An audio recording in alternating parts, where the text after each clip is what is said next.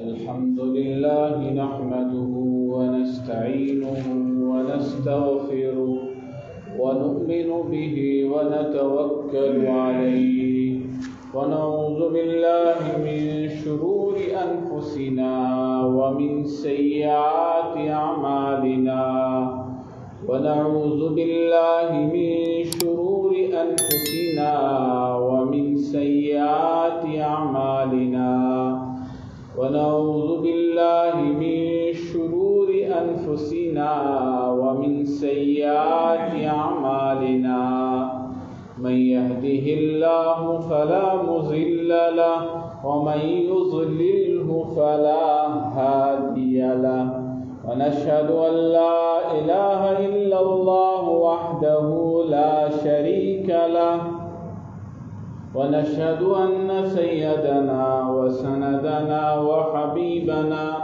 ومرشدنا ومولانا محمدا عبده ورسوله صلى الله تعالى عليه وعلى آله وأصحابه وبارك وسلم تسليما كثيرا كثيرا أما بعد فأعوذ بالله من الشيطان الرجيم بسم الله الرحمن الرحيم والعصر إن الإنسان لفي خسر إلا الذين آمنوا وعملوا الصالحات وتواصوا بالحق وتواصوا بالصبر صدق الله مولانا العظيم رب اشرح لي صدري ويسر لي أمري واحلل عقدة من لساني يفقهوا قولي اللهم أرنا الحق حقا وارزقنا اتباعه وأرنا الباطل باطلا وارزقنا اجتنابه اهدنا الصراط المستقيم سبحان ربك رب العزة عما يصفون وسلام على المرسلين والحمد لله رب العالمين. میرے نہایت ہی قابل احترام بزرگوں دوستوں، میں نے آپ حضرات کے سامنے قرآن مقدس کی دوسرے نمبر کی سب سے چھوٹی سورت کی تلاوت کی ہے.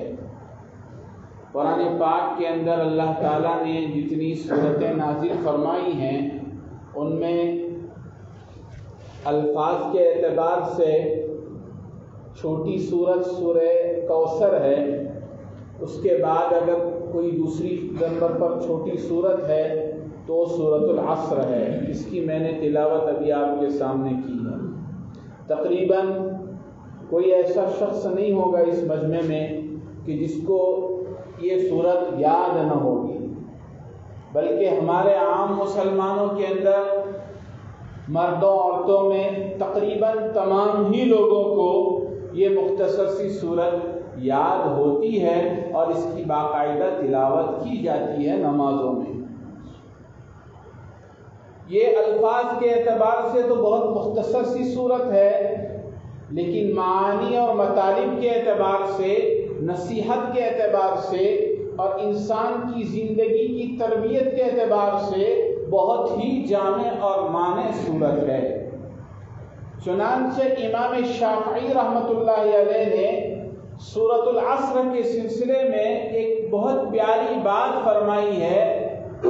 حضرت امام شافعی فرماتے ہیں اگر کوئی انسان جس کی زندگی کو سنوارنے کے لیے اگر غور اور توجہ کے ساتھ سورہ عصر کی تلاوت کرے، سمجھے اور عمل کے طور پر اپنی زندگی میں لائے تو اس کے لیے اتنی صورت دنیا و آخرت کی کامیابی کے لیے کافی ہے.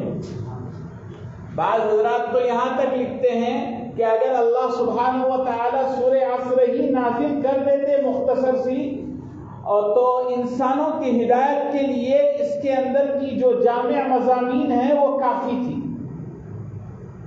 اسی وجہ سے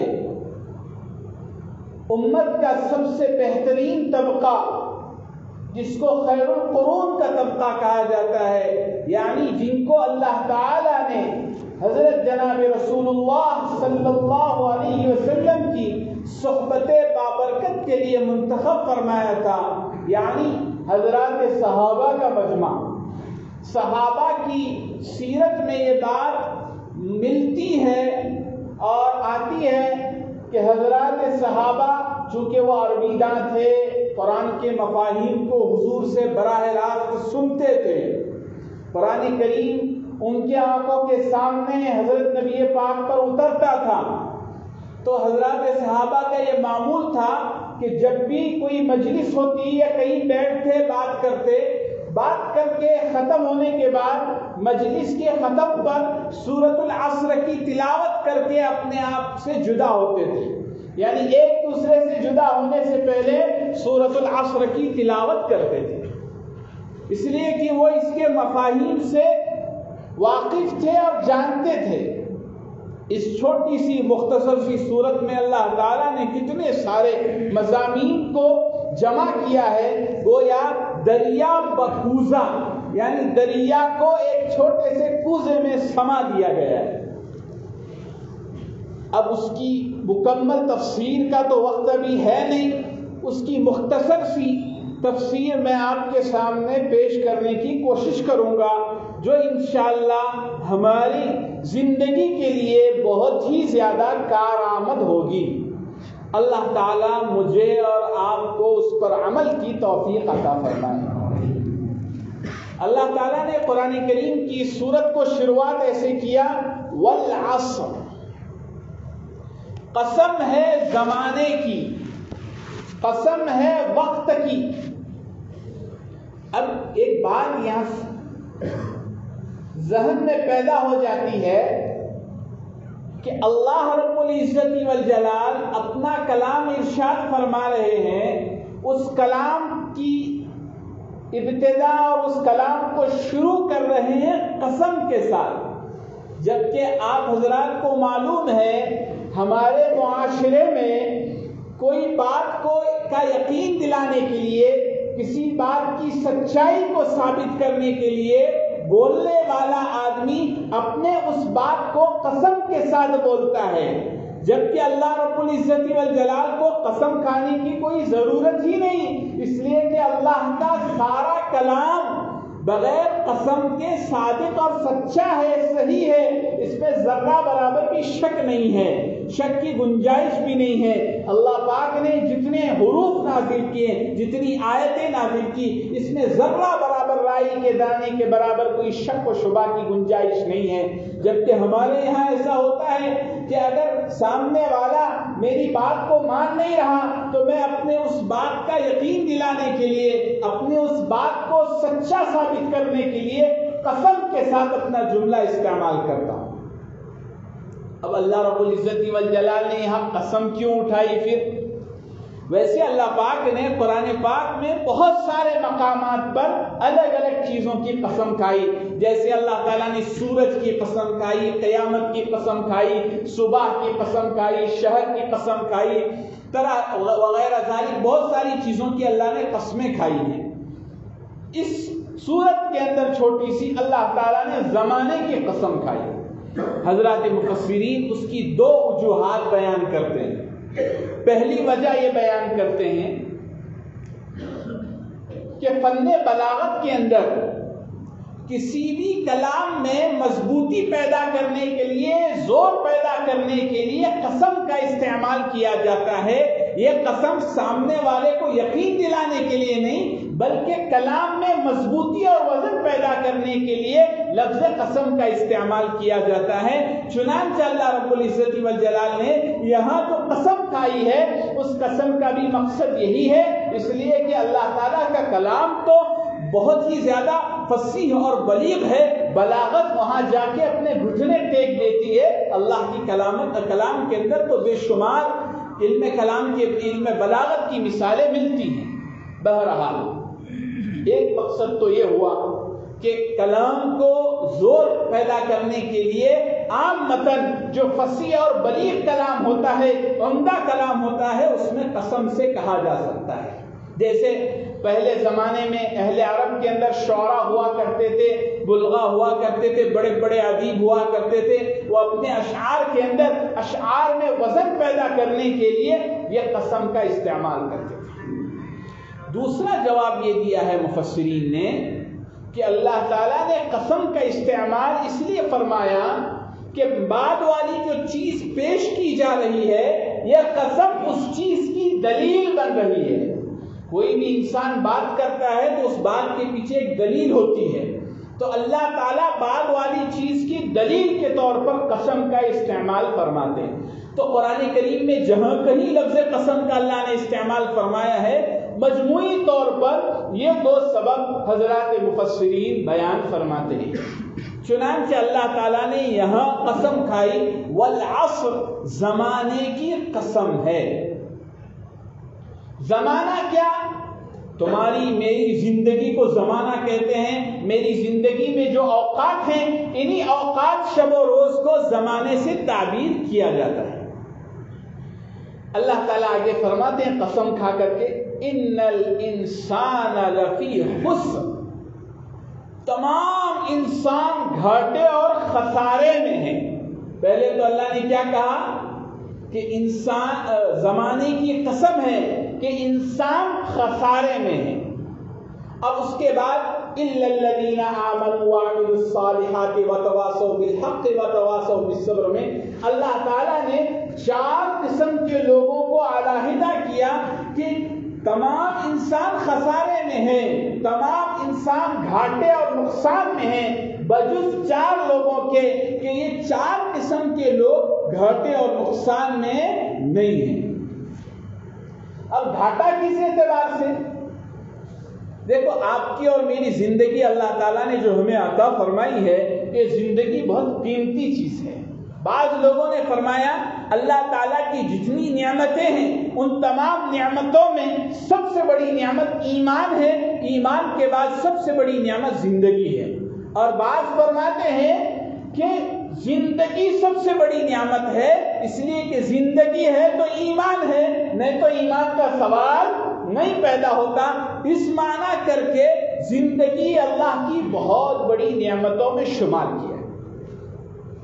اب اللہ تعالیٰ فرما رہے ہیں کہ جتنے انسان ہیں ان تمام انسانوں کی یہ زندگی، گویا انسانوں کو اللہ نے تاجر کہا اور ان کی زندگی کو مال تجارت کہا، گھاٹے اور خسارے میں ہیں۔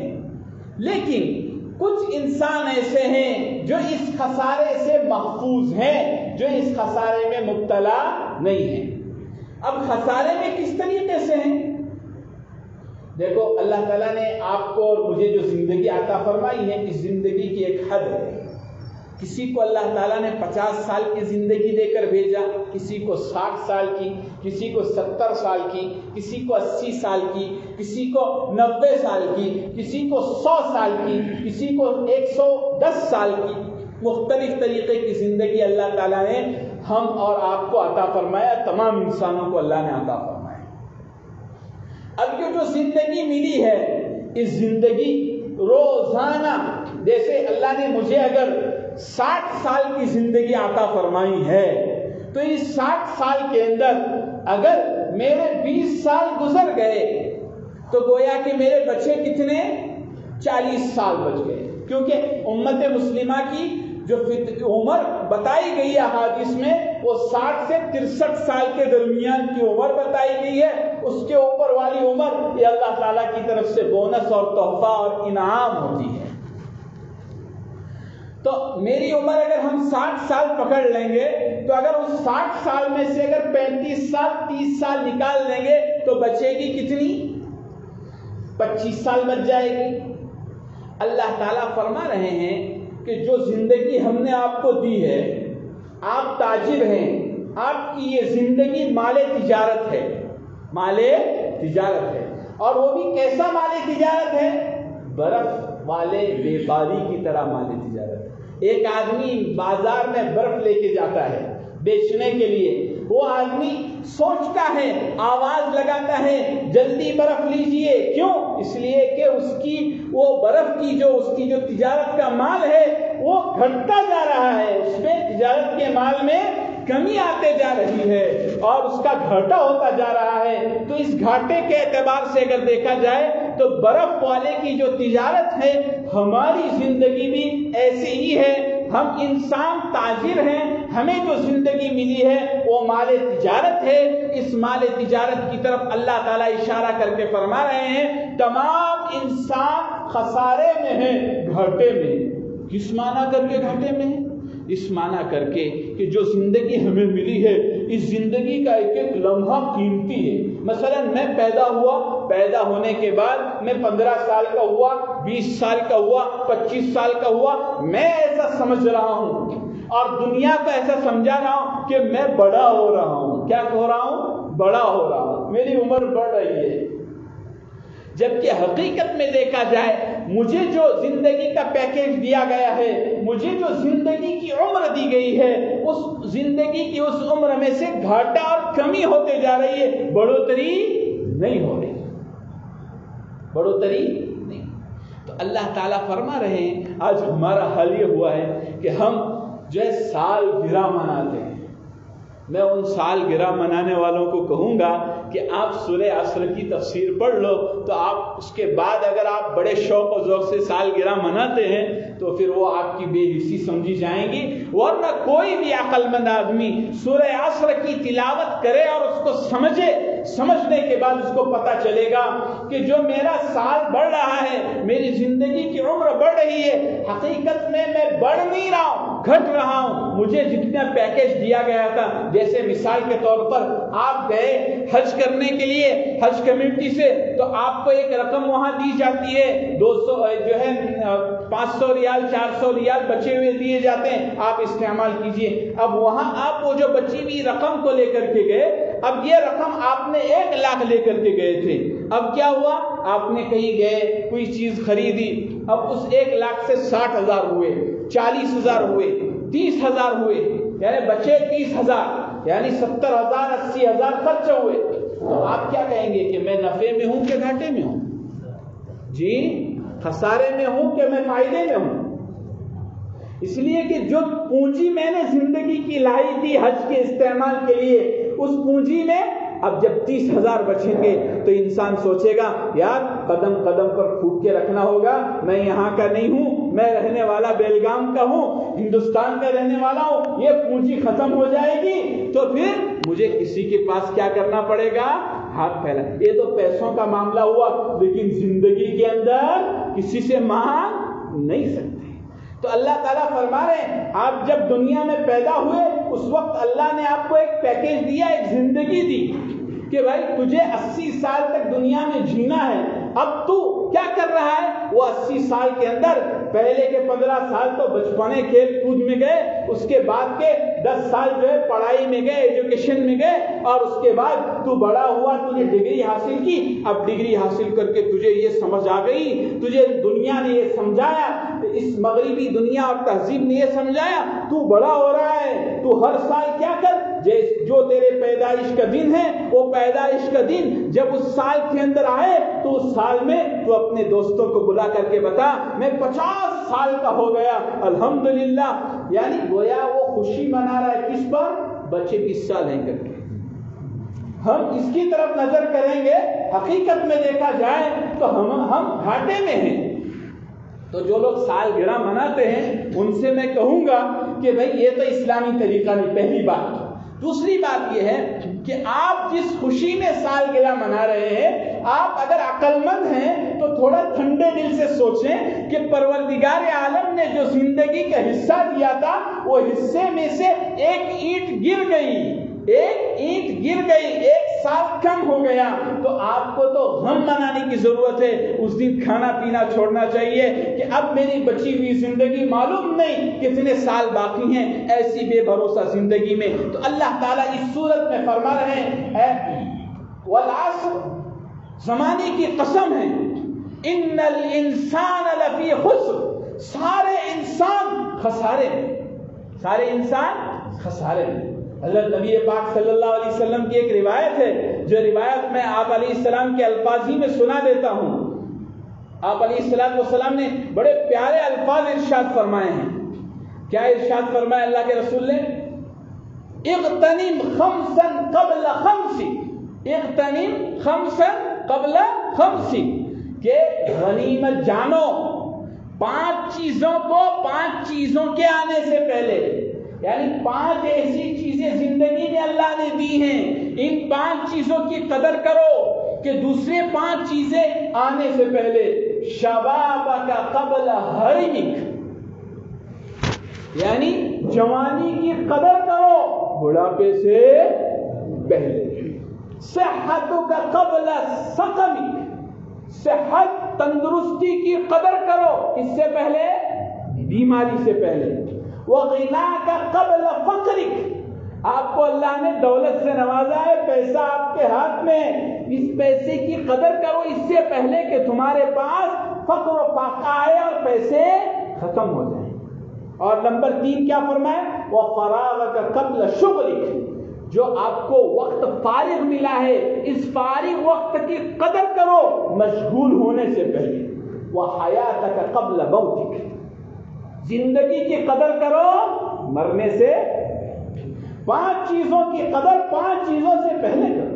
تو نبی پاک صلی اللہ علیہ وسلم نے اس ارشاد میں گویا ہمیں کھول کر کے ہماری زندگی دی کہ تمام انسان خسارے میں ہے، لیکن 5 قسم کے لوگ خسارے میں نہیں ہیں۔ وہ یہ ہے کہ جنہوں نے اپنی جوانی کی قدر کی بڑھاپا آنے سے پہلے، جنہوں نے اپنی صحت کی قدر کی بیمار ہونے سے پہلے، جنہوں نے اپنے مال کی قدر کی فقر کے آنے سے پہلے، جنہوں نے اپنی زندگی کی قدر کی موت کے، یہ لوگ کامیاب ہیں۔ گویا کہ اللہ کے رسول صلی اللہ علیہ وسلم نے اس ان الانسان لفی خسر کو اور واضح کر کے بتایا۔ تو میں یہ بتانا چاہ رہا تھا، اللہ نے آپ کو اور مجھے جو زندگی عطا فرمائی ہے، یہ زندگی کے لمحات بہت قیمتی ہیں، بہت قیمتی ہیں۔ ایک ایک منٹ، ایک ایک سیکنڈ بہت قیمتی ہے۔ حضرت نبی پاک علیہ الصلوۃ والسلام ارشاد فرماتے ہیں، میرے امت کے اکثر لوگ اللہ کی 2 نعمتوں کے سلسلوں میں غفلت برتتے ہیں۔ روایت کا ترجمہ ہے نعمتان مغبون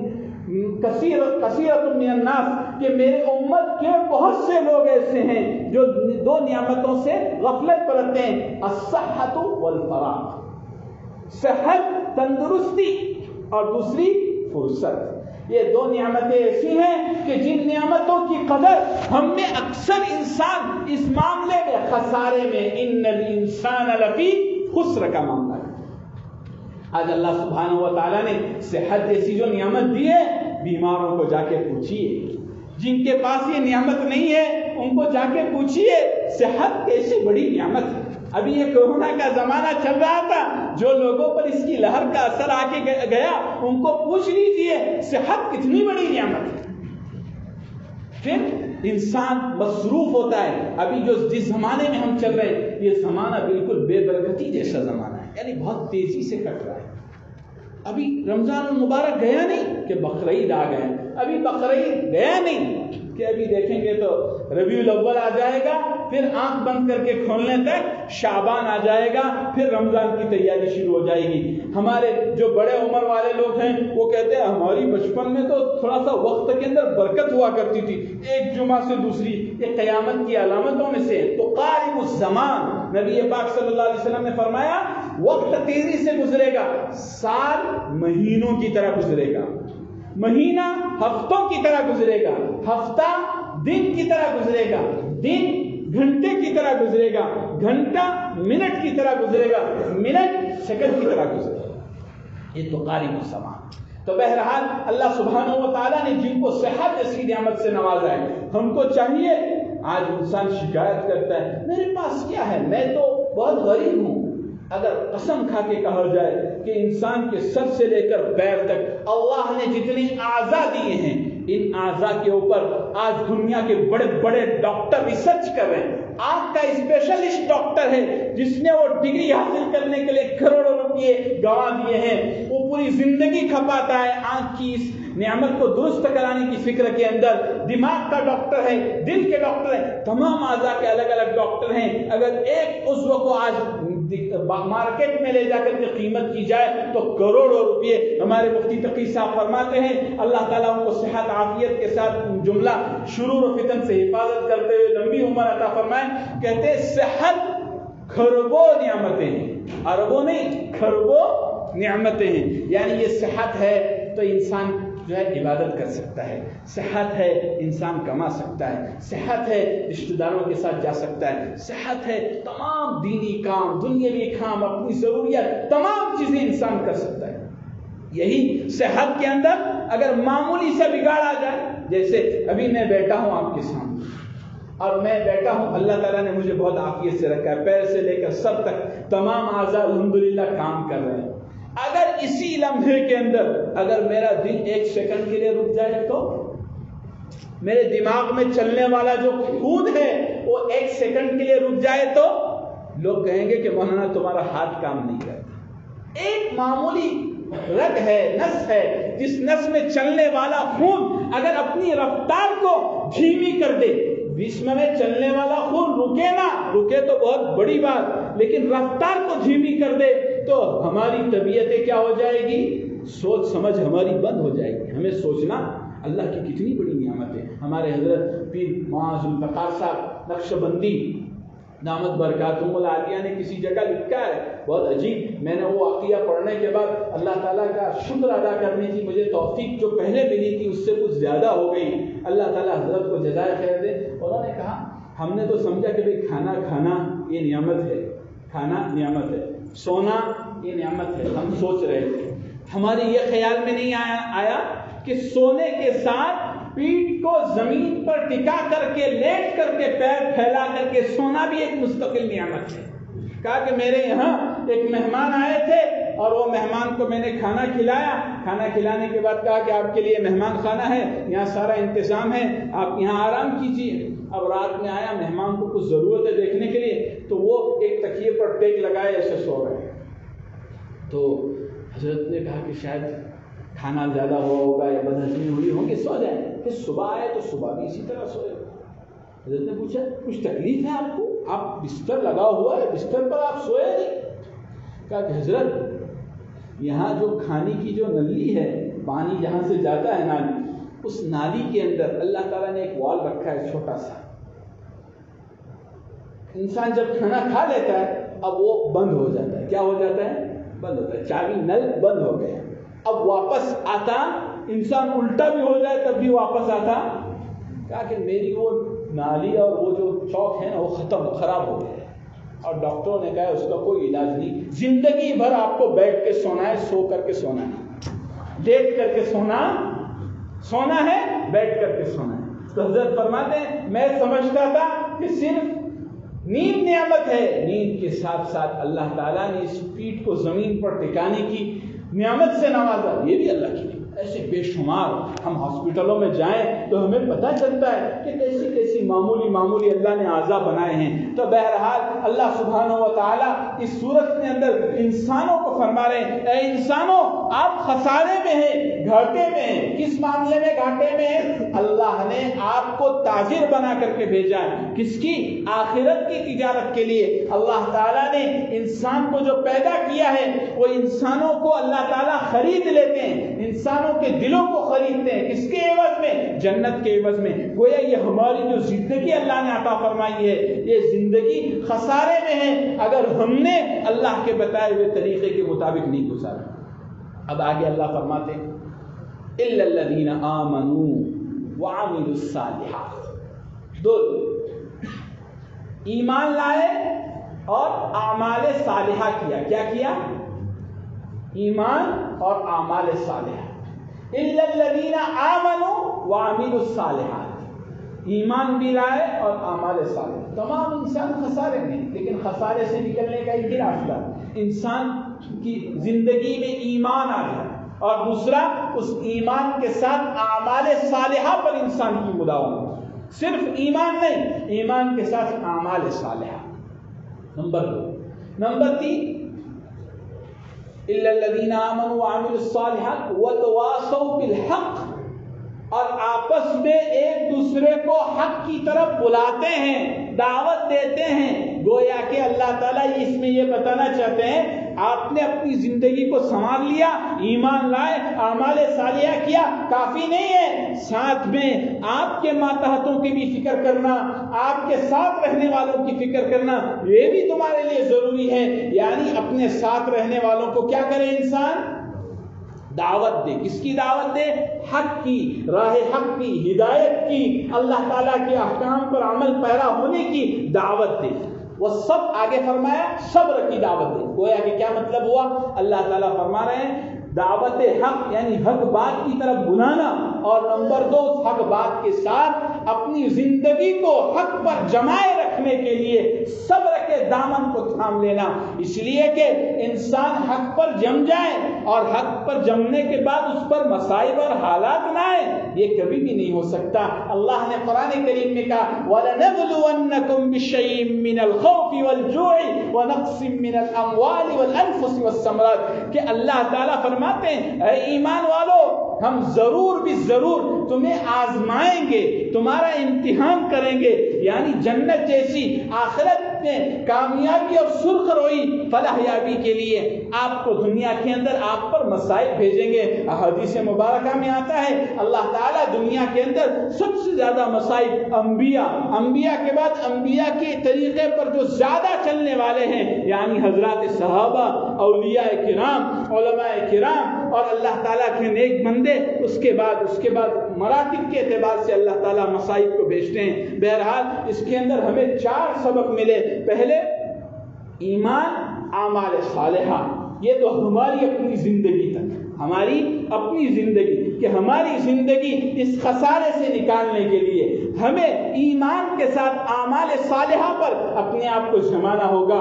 اور دوسری اور تیسری چیز کیا؟ کہ ہمارے متعلقین، ہمارے ماتحت، ہمارے ساتھ رہنے والے، ہماری اولاد، ہمارے گھر والے، ان کو دین کی طرف بلانا، دعوت دینا، 2 چیزوں کی دعوت دینا، ایک دین حق کی دعوت دینا، دین حق قبول کرنے کے بعد اس پر جمے رہنے کے لیے جو مصائب آئے ہیں ان مصائب سے نمٹ کر کے اللہ پر یقین رہ کر کے صبر کے دامن کو تھامے رکھنے کی دعوت دینا۔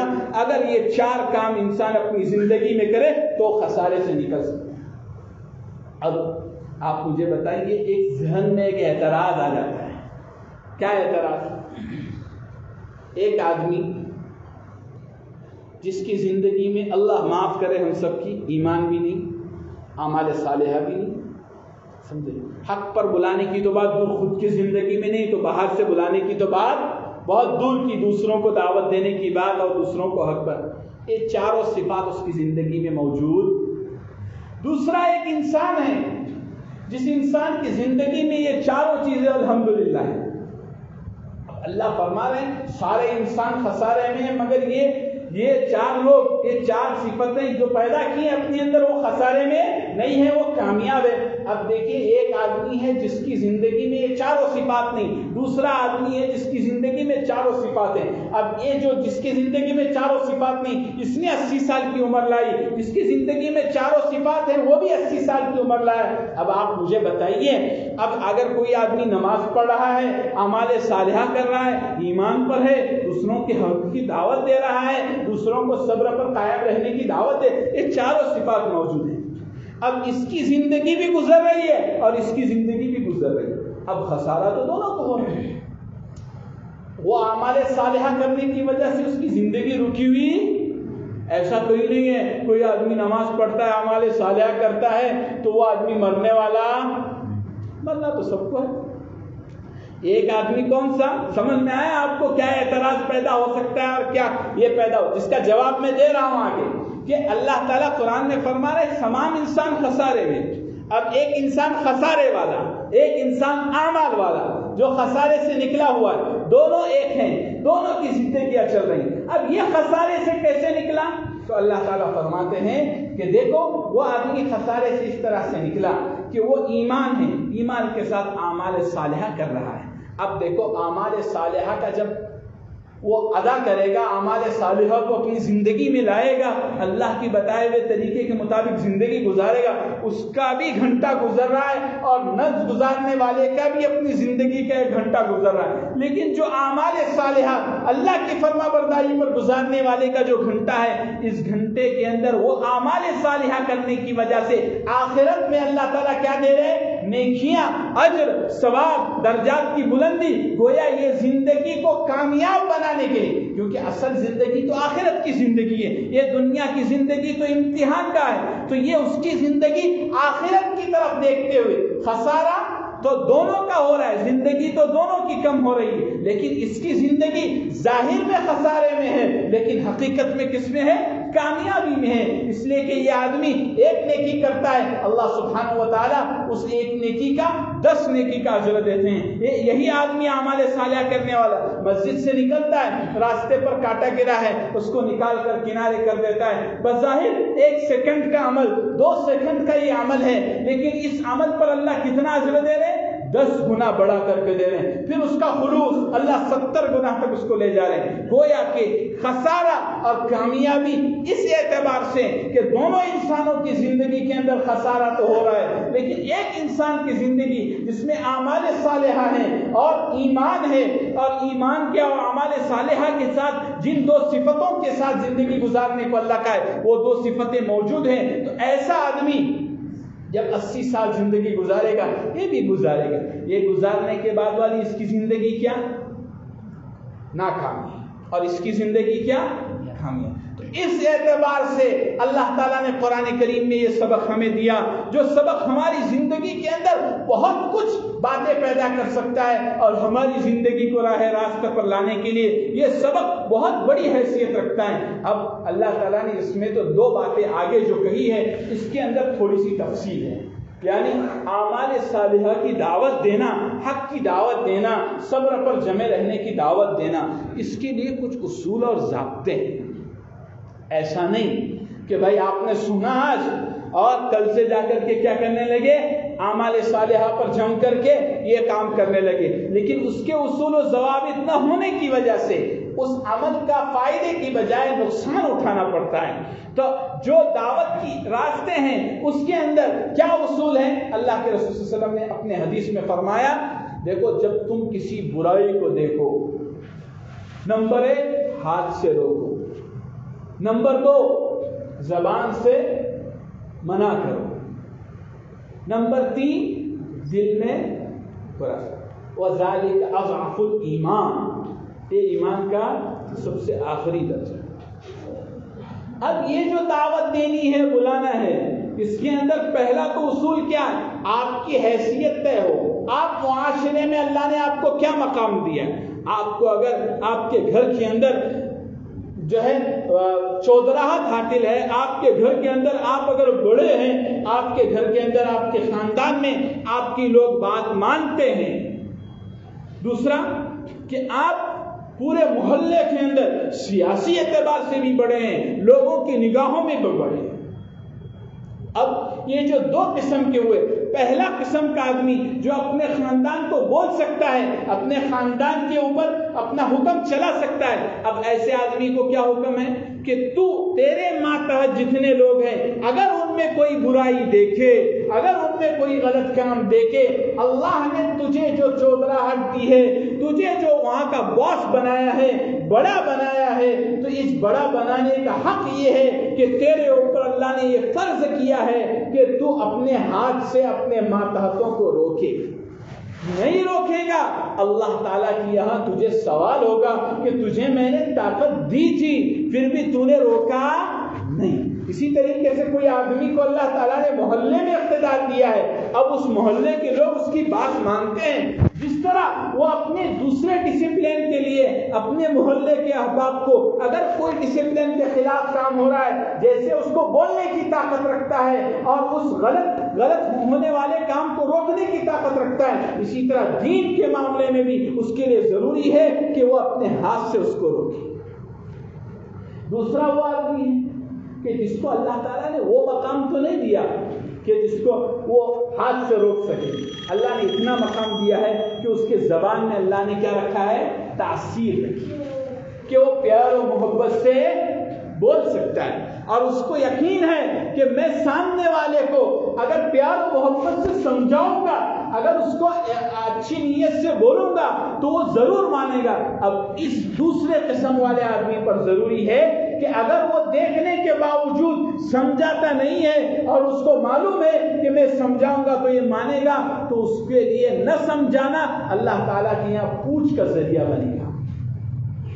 تو اللہ نے یہاں تو دعوت بتائی، اب سمجھانے کا کیا طریقہ؟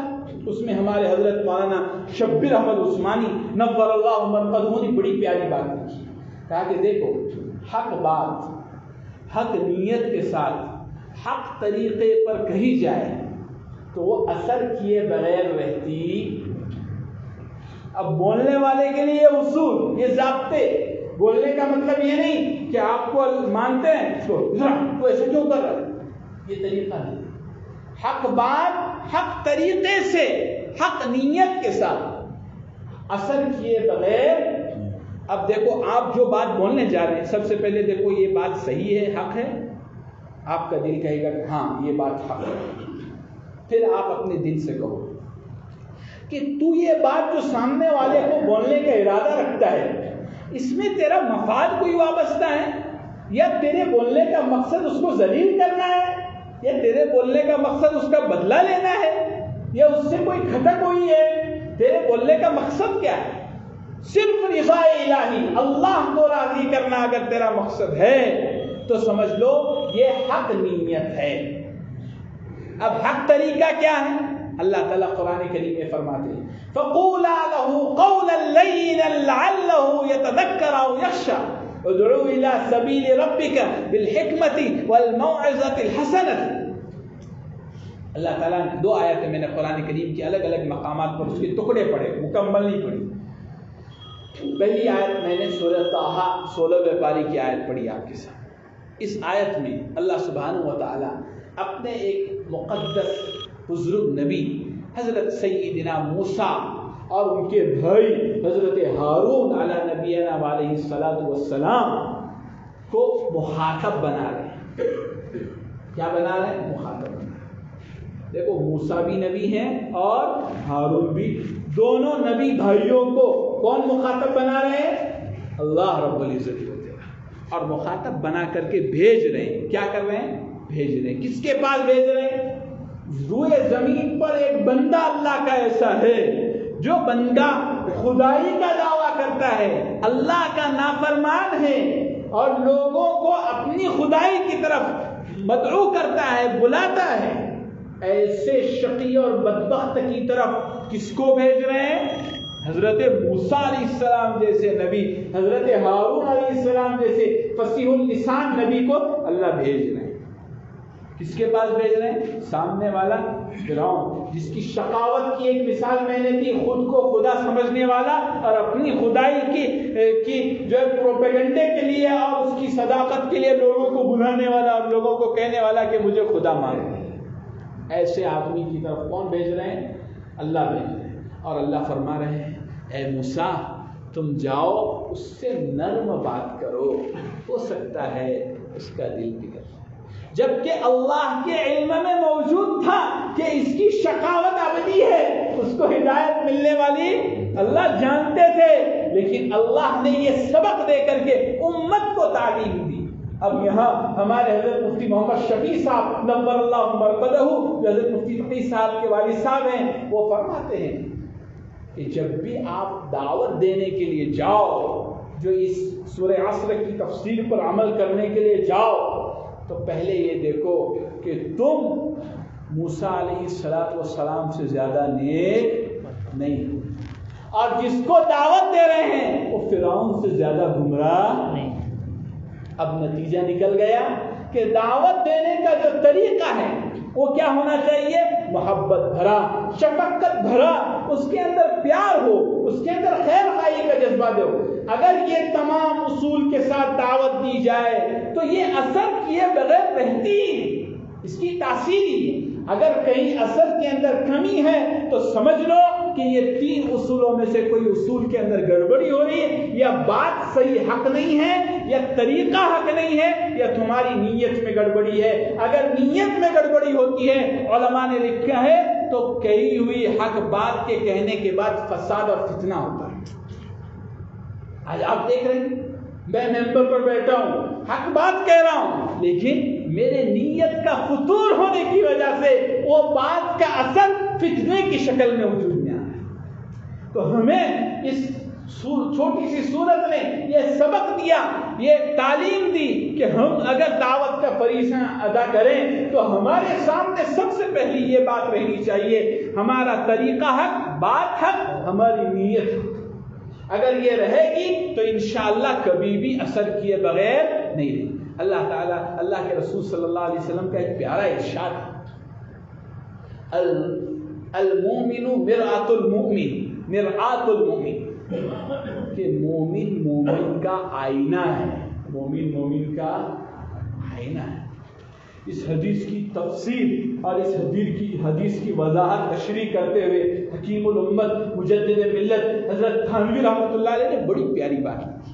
حضرت نے فرمایا، اس کا ترجمہ کیا ہے، ایک مومن دوسرے مومن کا آئینہ ہے۔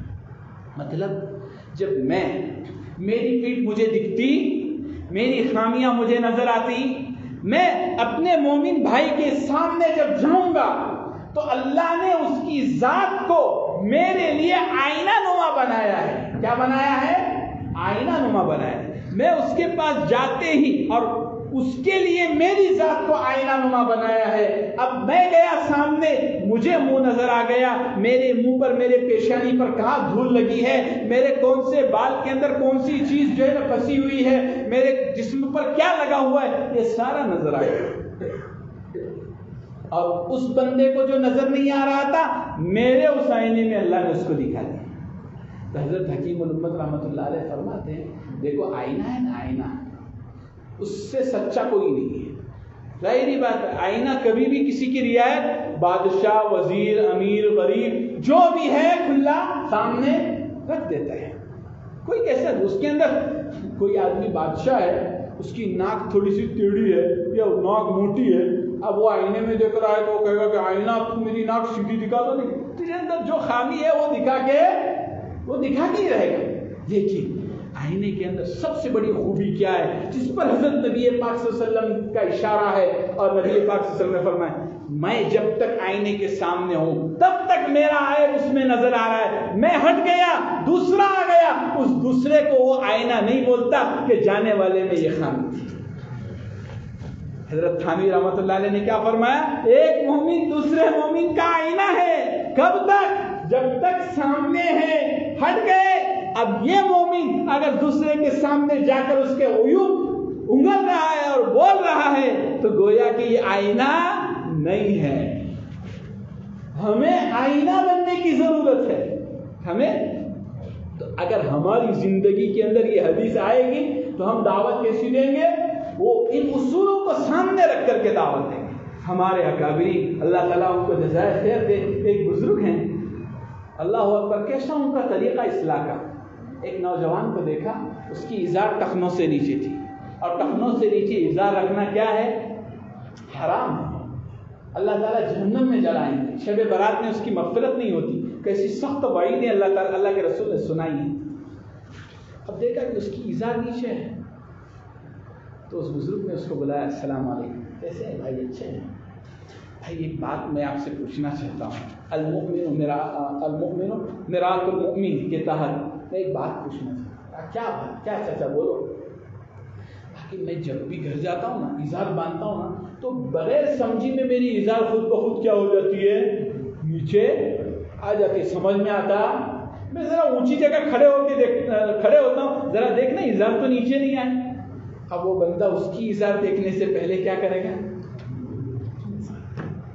اس کو کہتے ہیں یہ طریقہ، ادعو الی سبیل ربک بالحکمہ، نرم آواز، محبت بھرے ہوتا۔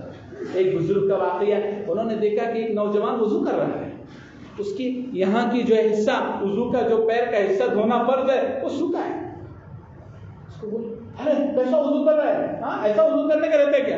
اب وہ جو کرنا نماز کے لیے آتا تھا نا، دوسری نماز میں نماز کے لیے بھی نہیں آیا، بلایا, کہا کہ میں وضو کرتا ہوں, ذرا دیکھ میرا کوئی وضو پوچھتا تو نہیں دیتا. اس کو خیال آیا ہاں یہ بھی دوں گا. ہمارے اندر یہ جذبہ اگر آ جائے گا تو انشاءاللہ ہماری دعوت اور ہماری اس آج کی سورہ عصر کی تفسیر کا جو سبق ہم نے لیا ہے, اس سبق میں ہم کامیاب ہو سکتے ہیں. لیکن یہ سارے اصولوں کو ہمیں سامنے رکھنا پڑے گا. دیکھو بات کرنے کا جو طریقہ ہوتا ہے اس کی مثال ہے ادعو الی سبیل, حکمت, محبت, پیار سے بلاؤ. ایک بادشاہ کا واقعہ میں ہمیشہ اس آیت کی تفسیر جب بھی کرنے اللہ موقع دیتے ہیں تو میں سناتا ہوں اکثر کہ وہ ہمارے یہاں فارسی کے نصاب میں کتاب پڑھائی جاتی ہے. اس کتاب کے اندر یہ واقعہ لکھا ہوا ہے, حکایت لطیف. کیا واقعہ لکھا ہوا ہے کہ پہلے زمانے میں بادشاہ ہوتی تھی. اس بادشاہوں کے زمانے میں جو ہے نا خواب کے تعبیر بتانے والے مستقل لوگ ہوتے تھے جس کو معبرین کہتے ہیں. تو ایک دن بادشاہ سلامت نے خواب دیکھا, اور یہاں لگے ہاں یہ بھی بات میں کہوں, خواب کے بہت سارے اصول اور ضابطے ہیں. ہمارا ہر خواب کے معاملے میں بعض لوگ تو خواب کو سب کچھ سمجھ بیٹھتے ہیں, ایسی بھی نہیں چیز ہے. خواب کے اصول و ضابطے ہیں. اس اصول و ضابطوں کے ساتھ اگر خواب دیکھا جائے اس کے اندر انسان کی کمائی کا اثر ہوتا ہے, انسان کی زندگی کا اثر ہوتا ہے, ہر چیز کا اثر اس میں ہوتا ہے. تو بہرحال کسی کو ہم نے خواب کی تعبیر بتا دی, اب روز اس کو خواب دیکھنا شروع کرتے ہیں. اور خواب کی تعبیر بہت جو ہے ایسا فن ہے جو ہر ایک کو دیا ہوا نہیں ہے. یہ اللہ کی طرف سے جانب اللہ عطا شدہ فن ہے جو انسان کو اللہ تعالیٰ قرآن و حدیث میں بہت امور دیتے ہیں, وہ آدمی خواب کی تعبیر کرتا ہے. ورنہ کسی بھی, اس لیے اللہ کے رسول نے منع کیا خواب ہر ایک کو بیان کرو, اس لیے کہ کسی کو بھی بیان کریں گے وہ بولے گا. تو خواب کی مثال حدیث میں دی گئی کیسا معلوم, پرندے کے پر میں اٹکی ہوئی چیز, پر کھولے گا گر جائے گی, تعبیر دے گا نا وہ گر جائے گی, بھلے غلط ہو تو غلط گر جائے گی. اس لیے خواب کے بہت سارے مسائل ہیں, انشاءاللہ کبھی آپ کو تفصیل سے بتا دیں گے. یہاں اس بادشاہ نے خواب دیکھا کہ میرے منہ کے تمام دانت, اس نے تعبیر دینے والے معبر کو بلایا جو سب سے بڑا تھا. کیا تھا, تاکہ بادشاہ کے بال بچے سب بادشاہ کے سامنے مر جائیں. کیا بولے, بادشاہ کے سامنے, اچھا بہت بڑی عمر پانے والے, سب بال بچے سامنے مرنے والے. بادشاہ تھا وہاں, تو بادشاہ میں کیا حکم شاہی چلتی. بادشاہ کو غصہ ہے, ایسی کیسی تعبیر دے, اس کو لو جاؤ جیل میں ڈالو. جیل میں ڈالا, دوسرے کو بلایا, تعبیر میں نے ایسا دیکھا ہے کہ خواب میں میرے دانت گرے. اس نے کیا, بادشاہ سلامت, آپ اپنے گھر کی فیملی میں سب سے زیادہ عمر پائیں گے. کیا کہا, تو اس کو انعام دے کر کے بھیجا. ہاں یار بہت اچھا. اب آپ مجھے بتاؤ اس کی تعبیر اور اس کی تعبیر میں الفاظ کا فرق. یہ چیز ہمارے اندر ہونی چاہیے کہ ہم کسی کو اللہ کے دین کی طرف بلائیں تو اس کے اندر اللہ سے پہلے مدد مانگیں, اللہ سے دعا کریں. اللہ نے اگر ہمیں یہ طاقت عطا فرمائی ہے, ہم بول سکتے ہیں, ہاتھ سے روک سکتے ہیں, زبان سے کہہ سکتے ہیں, تو ان اصولوں کو سامنے رکھ کر کے اگر دعوت دیں گے. ہمارے ایک بزرگ ہیں حضرت مولانا اصغر صاحب رحمت اللہ علیہ, بہت بڑے آدمی ہیں, علماء دیوبند کے بہت پرانے لوگوں میں سے. ایک مرتبہ حضرت کا کہیں سفر تھا تو ایک جگہ مغرب کی نماز کے لیے رکے تو دیکھا کہ پوری مسجد گندی پڑی ہوئی ہے اور مسجد کی صفائی کرنے والا کوئی نہیں ہے, اور اذان کی گئی, اذان کے لیے نماز کے لیے آنے والا کوئی. 2 لوگ تھے, نماز ادا کی. حضرت کہنے لگے مسلمانوں کی بستی ایک بھی نماز کو نہیں آیا, عشاء میں بھی نہیں آیا, دوسرے دن فجر میں بھی نہیں آیا. حضرت کہنے لگے اللہ, مسجد ایسی دور کھائی پڑی ہے. حضرت وہاں سے نکلے, مسلمان کے گھروں پر جا کے نماز کی دعوت دی. مسجد آپ کے قریب ہے, آپ مسلمان ہیں, آپ 5 وقت نماز کے لیے آیا کیجیے, مسجد کو صاف رکھا کیجیے, اذان دیا کیجیے, اللہ تعالیٰ پوچھ کریں گے آپ کو نصیحت. لوگوں نے کہا ہمارے نواب صاحب ہیں, اگر وہ نماز کے لیے آنے لگے پورا گاؤں خود بخود نمازی بن جائے. کہا کہاں, تو کہا وہ فلاں کوٹی میں رہے. حضرت گئے, اللہ سے دعا کہ اللہ میں جا رہا ہوں, اس کے نواب کے دل کو نرم کرنے والا تو ہے. اس لیے کہ حدیث میں آتا ہے بندوں کے دل اللہ کے 2 انگلیوں کے بیچ. گئے اور اس کے سامنے ساری حقیقت رکھ دی. یہ اسلام میں نماز کتنی اہمیت ہے، آپ پڑھیں گے بستی کے دوسرے لوگ نمازی بن جائیں گے، سب سمجھا. اس نے کہا کہ سب بات ٹھیک ہے مولوی صاحب تمہاری، لیکن مجھ سے وضو کرا نہیں جاتا، مجھ سے وضو کرا نہیں جاتا، وضو مجھ سے ہوتا نہیں. دوسری بات یہ ہے، میں جو ہے طوائفہ کا جو ہے سردار ہوں، یعنی گندی عورتوں کو لے کے بیٹھنا میرا مشغلہ ہے، وہ مجھ سے چھوٹتا. حضرت نے اس کی تقریر سننے کے بعد کیا کہا؟ اچھا نواب صاحب، وہ آپ کے گھر کا پرسنل معاملہ، وہ اس کو اپنے پاس رکھیے، اس کو مسجد میں لائے. وضو نہیں ہوتا ہے نا، مت کیجیے، بغیر وضو کے نماز کے لیے تو آئیے، کم سے کم دوسرے لوگ تو نمازی بن جائیں گے. اب آپ مجھے بتائیے، آپ کسی بھی مفتی کو جا کر کے پوچھیے، کوئی آدمی سستی اور غفلت کی وجہ سے بغیر وضو کے نماز پڑھے تو نماز ہوگی؟ مفتی کہے گا کافر ہو جاتا ہے. کیا ہوتا ہے؟ اسلام سے نکل جاتا ہے. مسئلہ بہت نازک ہے. کوئی آدمی سستی اور غفلت کی وجہ سے نہ وضو نہیں کرے گا اور ایسے ہی نماز پڑھے گا تو گویا کہ وہ اللہ تعالیٰ کے حکم کو حقیر سمجھنے والا ہے. تو یہاں تو انہوں نے دیا، کیوں؟ اس لیے کہ انہوں نے ادعو الی سبیل ربک بالحکمۃ والموعظۃ الحسنہ کو سمجھا تھا. پھر دوسرے کہا کہ اب کوئی جواب نہیں رہا نواب صاحب کے پاس. اچھا ٹھیک ہے مولانا، کل ظہر کی نماز سے آئیں گے ہم. حضرت گئے مسجد میں، جا کے 2 رکعت نماز پڑھی. اللہ یہاں تک لایا ہوں، اللہ یہاں تک لایا ہوں، آگے کا کام تیرا ہے. آگے کا کام یہ ہوتا ہے دعوت دینے والی کی صفات. انسان دعوت دینے سے پہلے اللہ کی طرف رجوع کرے، اللہ سے فراست مانے گے، دینے کے بعد پھر اللہ کے اوپر. ایسا نہیں دعوت دی وہ عمل نہیں کر رہا، میں سمجھایا تھا پھر بھی نہیں مانتا. ہمارے بزرگان نے اس کی مثال کیا دیتے ہیں؟ آپ نے دانا زمین میں ڈالا تو دوسرے دن فوراً آئے گی کوپل؟ نہیں آئے گی. آپ کوپل نہیں آئی کر کے اس کو کھود کے دیکھیں گے تو دانا سڑ جائے گا، دانا سڑ جائے گا. دعوت دو، اس کے بعد. اب دوسرے دن ظہر کی نماز میں وعدہ تھا، نکل گئے. وہ لوگ جیسے بھی تھے لیکن وعدے کے تو پکے تھے، ہماری تمہاری طرح نہیں، ابھی آ رہا ہوں، ابھی تو کبھی آتا ہی نہیں. ایسے بہت سارا ہم اگر دیکھیں گے یہ مغربی ممالک جن کے بارے میں ہمارا خیال یہ ہے کہ یہ ننگے ہیں، سب کچھ ہیں، لیکن ان کے کامیابی کے رازوں میں یہ زندگیوں میں خاص چیز ہے، وہ کبھی وعدہ خلافی نہیں کرتے، کبھی جھوٹ نہیں بولتے. ان کے یہاں جھوٹ، ہمارے یہاں تو سب چیزیں ہول سیل میں ملتی ہیں، اور ہم نے تو میں تو ایسا سمجھتا ہوں ہم نے اپنی برائیوں کو چھپانے کے لیے دین کا لبادہ پہنتے ہیں. یہ سب سے بڑی بات اندر بنا ہوا. ایک زمانہ ایسا تھا کہ لوگ اس لباس کو پہن کر کے جھوٹ بولنے سے ڈرتے تھے، اور آج جھوٹ بولنے کے لیے ایک انسان اس طرح کا حلیہ بنا رہا ہے، اس لیے کہ معلوم ہے دینداری ہی کے لباس میں پھنستے ہیں. اورنگزیب عالمگیر رحمۃ اللہ علیہ کے دربار میں ایک شخص آتا تھا، ہمیشہ روپ بدل کر کے بہروپ آتا. اورنگزیب کہتے تم کتنا بھی روپ بدل، میں تجھے پہچان کے رہوں گا. اس نے کہا کہ حضرت نے پھنسایا تو چل، تو پھنسایا تو تجھے اتنا انعام. دونوں میں شرط لگی، بادشاہ اور بہروپے میں. اب یہ بہروپہ کیا کیا؟